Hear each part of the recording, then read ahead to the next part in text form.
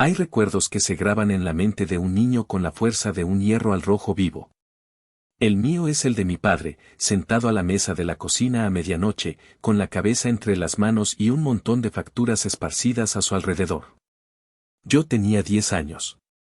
No entendía de números, pero entendía perfectamente el lenguaje del silencio tenso, el olor a miedo y el peso de la preocupación que aplastaba los hombros de mis padres. Esa noche, mientras los espiaba desde el pasillo, me hice un juramento silencioso: yo los salvaría.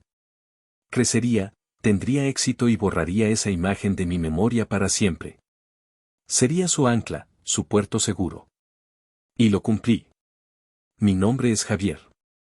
Con 30 años, había convertido esa promesa infantil en el motor de mi vida.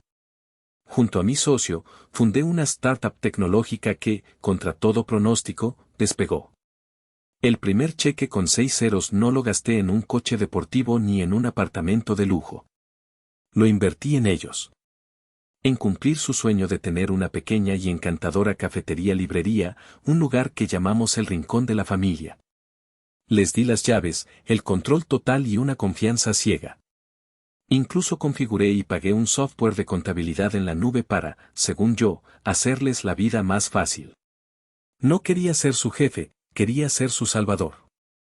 A cambio de mi apoyo incondicional, la universidad de mi hermana Sofía, las deudas que mágicamente desaparecían, los caprichos. Yo recibía un cariño condicionado y la constante sensación de que mi valor se medía en mi capacidad para resolver problemas. Era el hijo bueno, el responsable, el cajero automático con un corazón que latía. Todo empezó a cambiar con la llegada de Isabela. Ella era arquitecta, una mujer brillante y con los pies en la tierra que me amaba por quien era, no por lo que podía ofrecer. Con preguntas inocentes, como ¿y tus padres nunca te preguntan si estás estresado con la empresa?, empezó a abrir grietas en la fachada que yo había construido. Yo ignoraba esas punzadas de duda, aferrándome a la esperanza de que, si tan solo la conocían, por fin me verían a mí. La oportunidad perfecta pareció llegar con el anuncio de su 25º aniversario de bodas. Querían celebrarlo con un viaje de una semana a un resort de lujo en la Riviera Maya. Por supuesto, se asumió que yo lo pagaría todo como el gran regalo de aniversario.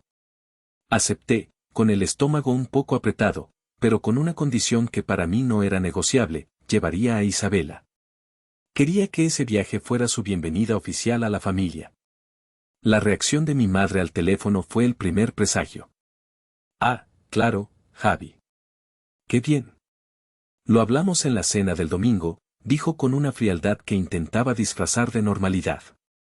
Ese domingo, el aire en casa de mis padres era denso. Sofía, mi hermana menor, no paraba de hablar de su nuevo novio, Marco, un chico que conocía desde hacía apenas 2 meses. Lo describía con un entusiasmo desbordante: es súper ambicioso, trabaja en finanzas, tiene un futuro brillante. Mis padres, Elena y Ricardo, la escuchaban embelesados, como si estuvieran ante un príncipe. Cuando intenté hablar de los logros de Isabela, de un importante proyecto que acababa de ganar, solo recibí sonrisas forzadas y un rápido cambio de tema. Sentí esa vieja y familiar punzada de invisibilidad. El valor de las personas en mi familia se medía por su utilidad inmediata para el clan. Y por alguna razón que aún no comprendía, el novio de Sofía, un completo desconocido, ya parecía ser mucho más útil que mi pareja de 1 año.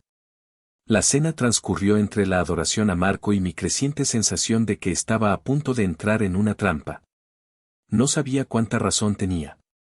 Después del postre, mi padre carraspeó, una señal inequívoca de que iba a decir algo que le había ordenado mi madre. Evitó mi mirada, fijándola en un punto abstracto de la pared. Hijo, sobre el viaje, tu madre y yo hemos estado pensando, empezó con voz vacilante. Es un momento muy íntimo, ¿sabes? 25 años. Queremos que sea algo solo para la familia nuclear.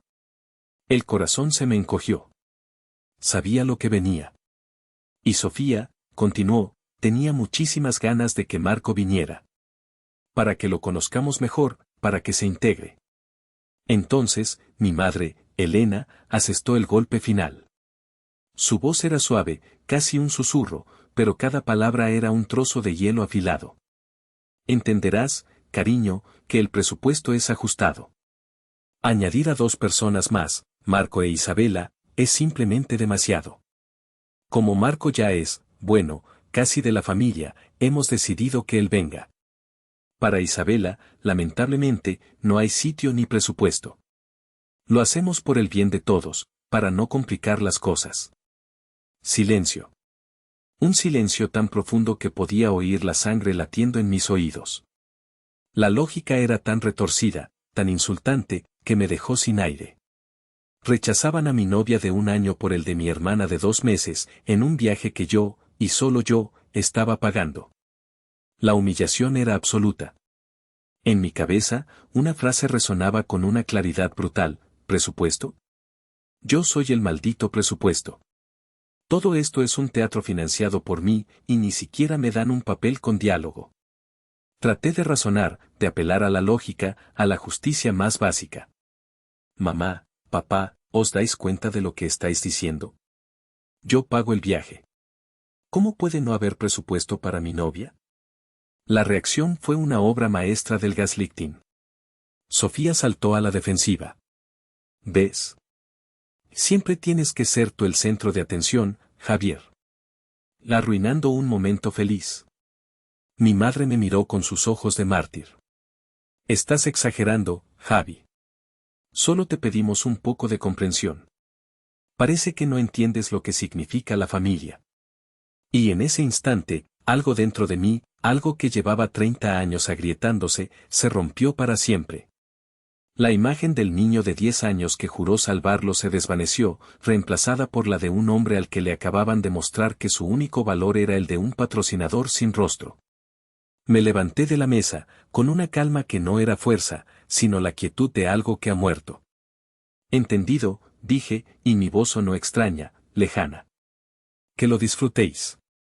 Salí de esa casa sin mirar atrás, dejando tras de mí un silencio atronador. Isabela me esperaba en el coche. No hizo falta que le dijera nada. Me vio la cara y simplemente me abrazó. No dijo te lo dije, ni una sola palabra de recriminación. Solo susurró, estoy tan orgullosa de que hayas protegido tu paz. Y la mía. En ese momento, entendí que, al aceptar el maltrato de mi familia, también la estaba arrastrando a ella a mi infierno personal. Los días siguientes fueron una tortura psicológica. Mi teléfono se convirtió en un arma en mi contra. Mensajes de mi madre, no sé cómo puede ser tan cruel, arruinar nuestro aniversario así. Llamadas perdidas de mi padre. Un audio de Sofía, llorando falsamente, acusándome de ser un egoísta y un mal hermano. Los bloqueé a todos. La paz que sentí al hacerlo fue tan inmensa como aterradora. Una semana después, mi tía Carmen, la hermana de mi padre, me llamó.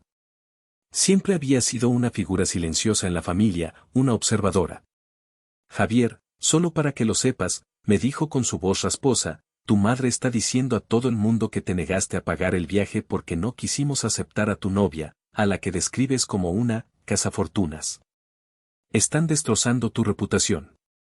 Esa fue la última palanca que necesitaban para activar mi desconfianza latente. Si eran capaces de mentir así, ¿de qué más serían capaces?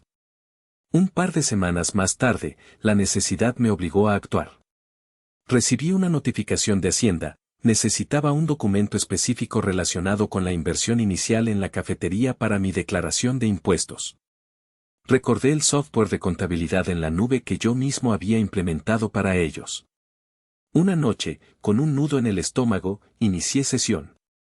Mi intención era solo descargar el maldito documento y cerrar para siempre ese capítulo. Pero la curiosidad, una curiosidad mórbida y dolorosa, me pudo. En el panel principal, mis ojos se fijaron en una categoría de gastos que destacaba por su regularidad y su elevado coste, servicios de consultoría externa. Hice clic. Mi corazón se detuvo. Había pagos mensuales, idénticos, de 3.000 euros, a una empresa llamada Proyectos Alba S.L. Alba. El segundo nombre de mi madre. Un sudor frío me recorrió la espalda. Mis manos temblaban mientras abría otra pestaña y buscaba el nombre de la empresa en el registro mercantil. Allí estaba, en blanco y negro digital. Administradora única, Elena García, su nombre de soltera. No era un desvío de fondos torpe. No eran pequeños robos. Era un sistema. Un sistema deliberado, planificado y frío para saquear el negocio que yo les había regalado. Las facturas falsas, los conceptos inventados, todo estaba allí. La traición era tan metódica, tan empresarial. Me quedé mirando la pantalla, incapaz de moverme. No era el dinero. Podría haber ganado ese dinero de nuevo. Era la planificación. Era la firma digital de mi madre en cada factura fraudulenta. Era el rostro sonriente de mi padre en las fotos, sabiendo que vivían de una mentira financiada por su propio hijo. La familia que yo creía estar salvando no solo me había dado la espalda, me había estado apuñalando por ella desde el primer día. El luto que sentí en ese momento fue más profundo que cualquier ira. Era el duelo por unos padres que, en realidad, nunca había tenido. Pasaron 2 meses. 2 meses de silencio absoluto. Corté todo contacto. Fui a terapia. Me apoyé en Isabela y en mi socio, David. Lentamente, empecé a reconstruir mi paz sobre las ruinas de mi antigua vida. El trabajo fue mi refugio. En mi empresa, estábamos en la fase final de un proceso de selección muy importante, un director de desarrollo de negocios, un puesto clave con un salario de 6 cifras. Como circuito y cofundador, mi función solía ser más técnica, el cerebro detrás del producto, no la cara pública. Mi nombre en la prensa o en perfiles profesionales siempre fue J. Ríos, una forma de mantener un perfil bajo. Por eso, cuando mi socio me pasó la terna de finalistas para la entrevista definitiva, un nombre me saltó a la vista y me heló la sangre, Marco Castillo.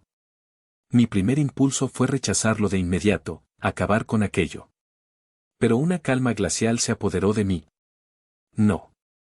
Esto no se resolvería así. Yo llevaría a cabo esa entrevista. Llegó el día. Marco entró en mi oficina, una amplia sala acristalada en el último piso de nuestro edificio corporativo. Entró con una sonrisa ensayada y un traje caro, rebosante de esa confianza superficial de quien cree que el mundo le pertenece. Yo estaba de espaldas, mirando la ciudad. Me giré lentamente. Por una fracción de segundo, vi una chispa de duda en sus ojos, una vaga familiaridad, pero la descartó de inmediato.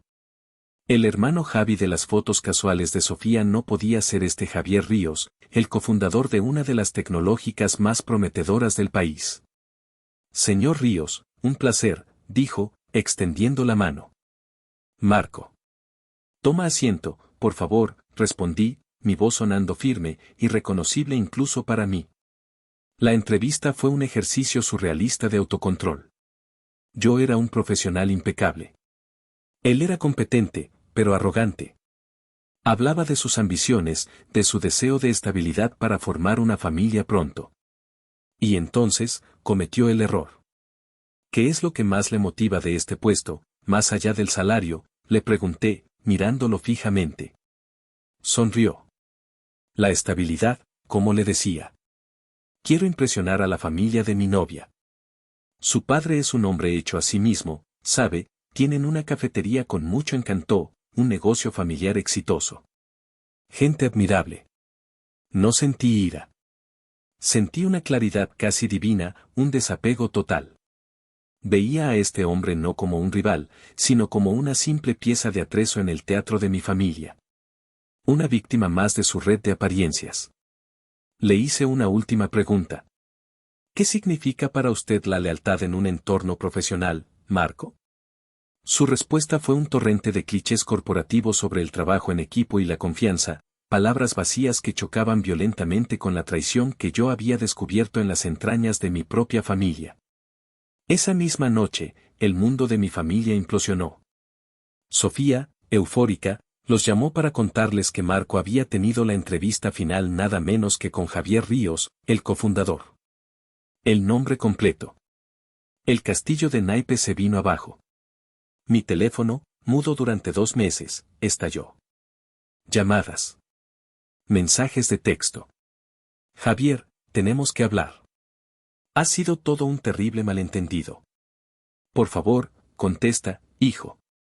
Acepté reunirme. Pero puse mis condiciones. En un restaurante neutral. Y con una invitada especial, mi tía Carmen. Desesperados, aceptaron. La cena fue una farsa grotesca. Sus sonrisas eran muecas de pánico. Sus halagos, tan falsos que dolían físicamente. Finalmente, mi padre, incapaz de soportar más la tensión, fue al grano. Hijo, sabemos lo de Marco. Es un buen chico.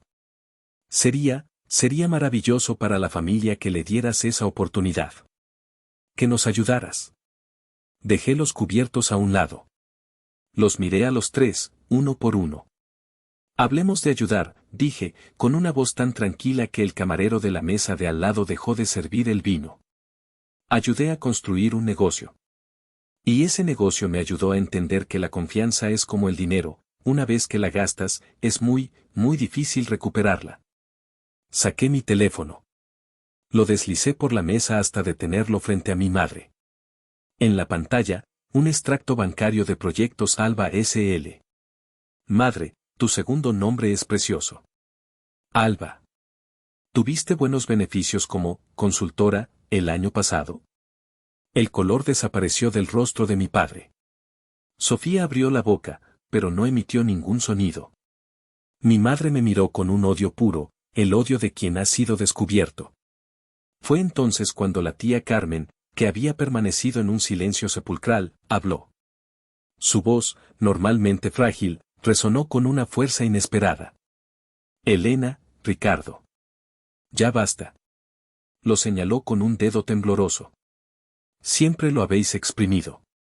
Desde que era un niño. Yo lo he visto durante 30 años. Vuestra codicia, vuestra envidia, ha roto esta familia. Luego, se giró hacia mí, y sus ojos se llenaron de una tristeza infinita. Y tú, Javier, me dijo, y su voz se quebró. Tu único error fue tener un corazón demasiado grande para una familia demasiado pequeña. Esa frase fue mi absolución. La confirmación de que no estaba loco. La validación que había buscado toda mi vida, llegada de la fuente más inesperada. En ese momento, en ese restaurante, ante la mirada horrorizada de mi familia, fui libre. Me levanté de la mesa, dejé dinero más que suficiente para cubrir la cuenta y el teléfono con la prueba de su fraude junto al plato de mi padre. Mi abogado se pondrá en contacto con vosotros, fue todo lo que dije antes de darme la vuelta y marcharme sin mirar atrás. Al día siguiente, comuniqué a Recursos Humanos que existía un conflicto de intereses insalvable con uno de los candidatos y que debíamos proceder con la segunda opción. Fue una decisión de negocios, limpia y profesional. Proteger a mi empresa era mi prioridad.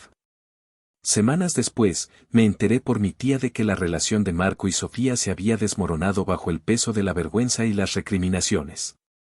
Mi abogado fue eficiente y brutal. Usó la evidencia del fraude no para amenazarlos con la cárcel, sino como una palanca inamovible. El acuerdo fue simple, me devolverían hasta el último céntimo de mi inversión inicial, con los intereses correspondientes, a cambio de mi silencio sobre sus delitos fiscales. Tuvieron que vender la cafetería, el coche de lujo que se habían comprado a mis espaldas y vaciar sus cuentas. Su humillación no fue pública, pero fue total. Perdieron su estatus, su negocio y, lo más importante, a su hijo. Han pasado 6 meses. La vida ahora es, tranquila. Es una palabra que antes no entendía. La paz no es la ausencia de ruido, es la ausencia de miedo. Es despertarse un domingo por la mañana y que el primer pensamiento no sea qué nueva crisis familiar tendré que solucionar. Esta mañana, el sol entraba por la ventana de la cocina. Isabela preparaba café mientras yo leía, con nuestro perro, un cachorro adoptado llamado Bruno, durmiendo sobre mis pies. El olor a café recién hecho se mezclaba con la brisa fresca. Mi teléfono sonó. Era mi tía Carmen, preguntando si nos apetecía venir a comer el fin de semana. Le dije que nos encantaría. Colgué y miré a Isabela. Ella me sonrió, una sonrisa genuina que me llegaba al alma. En ese preciso instante, entendí lo que era la familia. No es un contrato de sangre ni una obligación. Es una elección. Es la gente que elige celebrar tus victorias, que te sostiene en tus derrotas y que te quiere no por lo que puedes dar, sino por quién eres. Durante años, intenté ser el ancla de mi familia, sin darme cuenta de que ellos eran la tormenta. Perderlos fue como sobrevivir a un naufragio. Al principio no celebras, simplemente respiras hondo en la orilla, agradecido por estar vivo. He llegado a aceptar una verdad dolorosa pero liberadora: la familia idealizada que yo pasé toda mi vida intentando salvar, en realidad, nunca existió fuera de mi propia mente. Y en esa aceptación, en ese adiós definitivo a la promesa de aquel niño de 10 años, finalmente, y por primera vez en mi vida, me salvé a mí mismo.